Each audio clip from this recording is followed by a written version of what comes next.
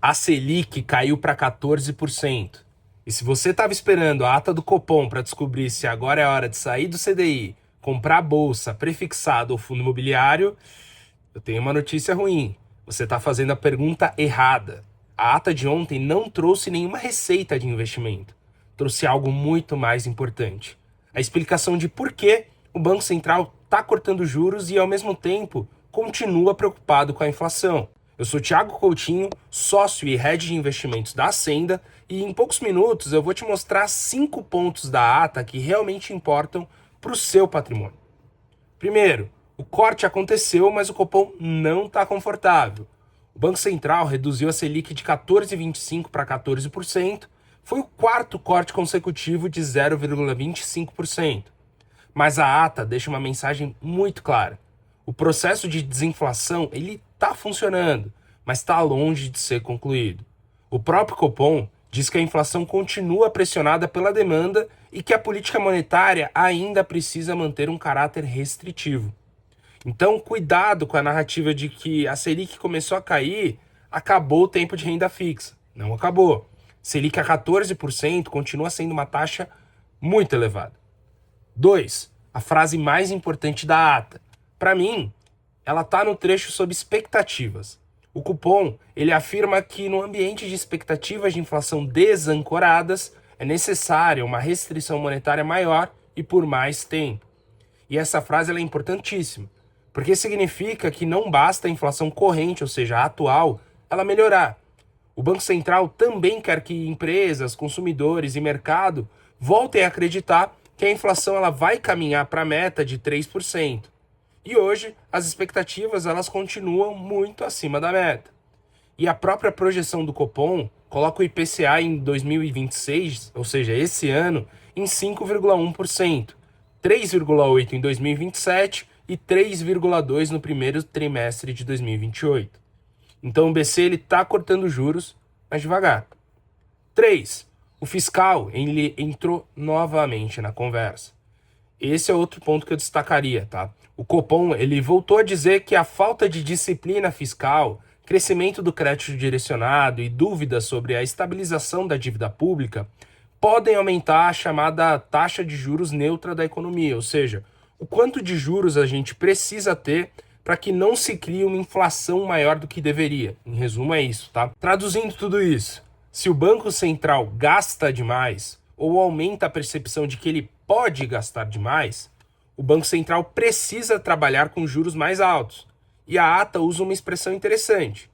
Política fiscal e política monetária, ela precisa ser harmoniosa entre si. Ou seja, não adianta o Banco Central pisar no freio enquanto o governo pisa no acelerador, né?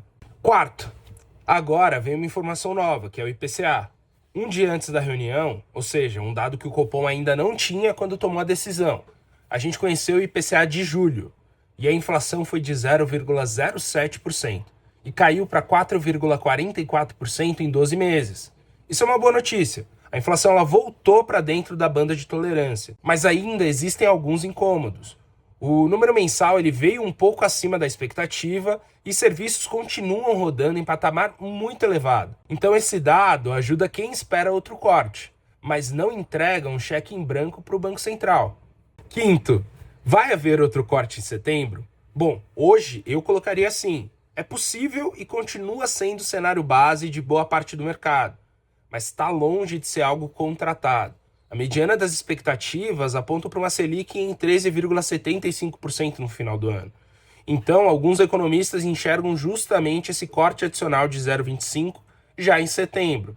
Só que a ata deixou uma coisa muito clara. O Copom não quer e não vai se comprometer com nada antecipadamente.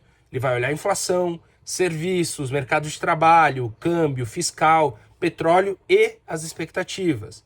E para cortes depois de setembro, essa barra parece ainda maior. Agora, me fala você nos comentários o que você acha que vai acontecer com a Selic nesse ano. Então, o que muda nos investimentos? E aqui está a parte que mais importa.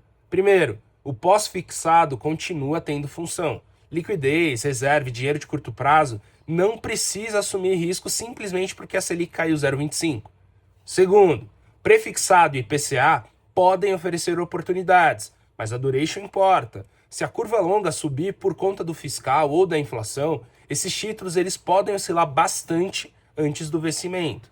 Terceiro, bolsa e fundos imobiliários podem se beneficiar de juros menores, mas não porque o Copom cortou 0,25. Eles se beneficiam se estiverem realmente caminhando para um ambiente sustentável de juros menores. E isso ainda precisa ser confirmado. Quarto, o crédito privado merece ainda mais atenção.